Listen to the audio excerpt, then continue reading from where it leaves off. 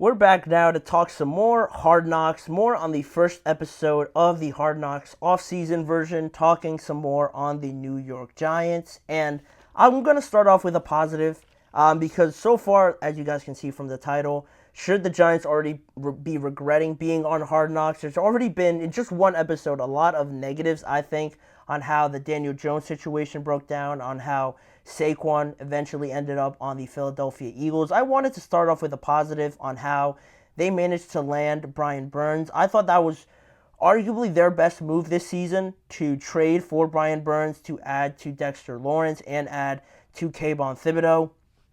Although, in that same conversation, in some of the conversations that we saw in the first episode, there were some serious considerations about adding Christian Wilkins before he signed with the Las Vegas Raiders that I had no idea about. Because it happened so quickly when he signed with the Raiders. It was one of the first moves I think that was done. I just thought it was the Raiders and that was it. I had no idea that the Giants really had a serious interest, as they mentioned in some of these conversations. But why Christian Wilkins, you might ask? Well, he played with Dexter Lawrence at Clemson. They were teammates there, very successful there. They won the national championship. So you could see in episode 1 how general manager Joe Schoen says that Dexter Lawrence actually texted him about Christian Wilkins, getting his thoughts on him, if he believed he could be a valid piece to add to this defense. Probably would have been, with Dexter and Christian there in the middle. Would have been a great duo. A great interior defensive lineman duo to have. One of the best in the NFL for sure. And it just seems like the overall goal this offseason was to add more pass rushers, regardless if it was Brian Burns, Christian Wilkins, or maybe somebody else that they looked at. The main idea, the main goal was to add another pass rusher. And you could see in the scene where the conversation happened, Joe Schoen and his scouts were talking about the potential free agents to add, when one scout mentioned Christian Wilkins, and he said, I don't think he's a difference-making pass rusher on third down, which is what we need opposite of Dex, but he's a really good football player. That will do well. That'll do well for him. That will do well for himself in free agency. And weird statement there when I first read it. Very niche answer. Very niche reason to not go after Dexter Lawrence, just because he's not, how did you put it, he's not a great third down, not a difference making, third down pass rusher in the opinion of this one scout. Weird, because in 2023, just last year, pressures from interior linemen, Christian Wilkins, he had 27 third down pressures, which was tied for second in the NFL.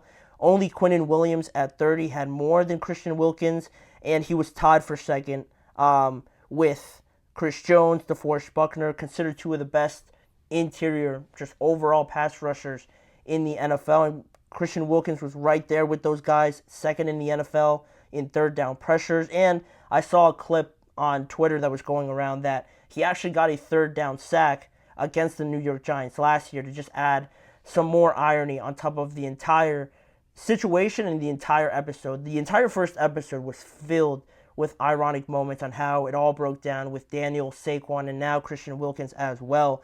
Not to say that trading for Brian Burns was a mistake, because I started the segment off with saying that I really liked it.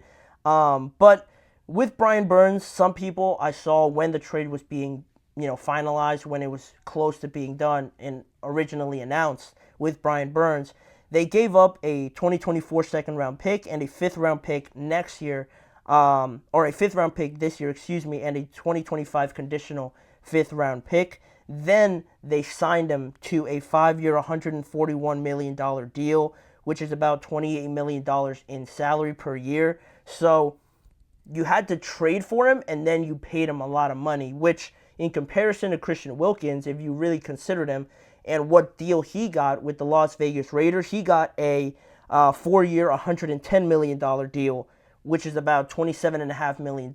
So you gave up more to actually get Brian Burns, and you still paid him about the same amount of money, which puzzled some people when this episode came out, and puzzled some people at the time when they traded for Brian Burns, because they probably would have thought it was a bit too expensive for the Giants. But overall, Wilkins is 28 compared to Brian Burns is 26 in age, so that is also a factor in all of this. But saying all of that and getting all that information out there, personally, what I could agree with the Giants is that I too would like the majority or the main pressure points from my defensive line coming. I would want it from the edge. I think you need your more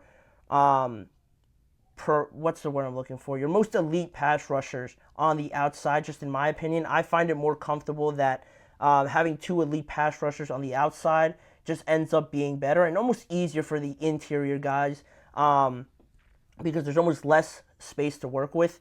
If you've blocked out the outsides, the quarterback can't run out there. He has to maneuver through a lot more bodies in the inside compared to if you rush him from the inside and not so good on the outside. He just runs to the outside, gets the edge, and then he gets 5-6 yards, potentially closer to a first down, or he gets the first down. So that's just me. So based on that sentiment, adding Brian Burns, I think overall isn't really that big of a difference compared to what you did give up for him compared to what you would have given up for Christian Wilkins. That's just me though. But overall, the main issue that why I brought this segment up and why I brought that scene up was that the main issue wasn't so much of Brian Burns and Christian Wilkins. Apples to oranges, not too much difference that you're getting there. Just based on good players on the defensive line, it was going to improve regardless. It was going to be an improvement regardless of who you got based off of last year. You were going to get better there. But the main issue with the first episode, just overall, and going back to the question and the title of this segment, is that the Giants haven't been really painted in a great light, in my opinion. And really, it just comes down to questionable decisions and just questionable reasons for some of these choices that they've made. Like I mentioned, with the one scout talking about Christian Wilkins, not a difference-making pass rusher on third down. It's almost like, you couldn't think of another reason why you didn't want to sign Christian Wilkins. It just doesn't seem like a valid reason to me.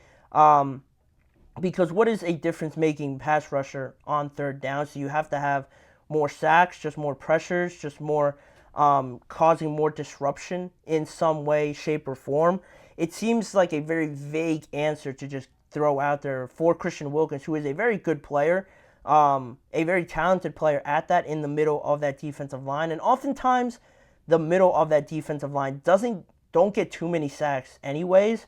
I don't think, other than maybe Aaron Donald or I can even think of another one, maybe DeForest Buckner or Eric Armstead, that Cam Hayward maybe, that play really close to the middle.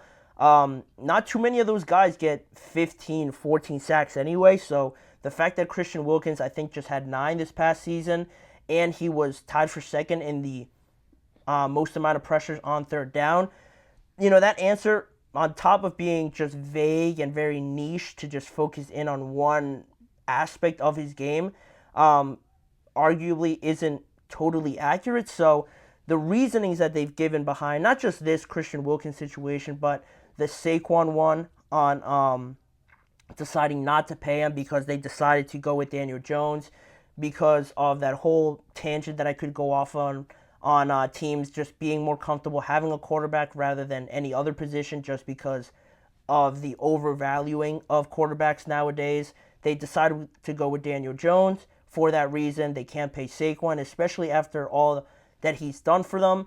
And now they're in a weird situation too where they could almost decide to go with Daniel. All right, say you could be better in 2024, but if you're also worse off, all the fans and everyone's going to expect you to make a decision on Daniel Jones and probably move on from him. So not only did you not sign Saquon, but you're also just going to end up losing Daniel Jones, which is the likely outcome, because I don't think a lot of people put the Giants in a conversation where they're going to really impress this season.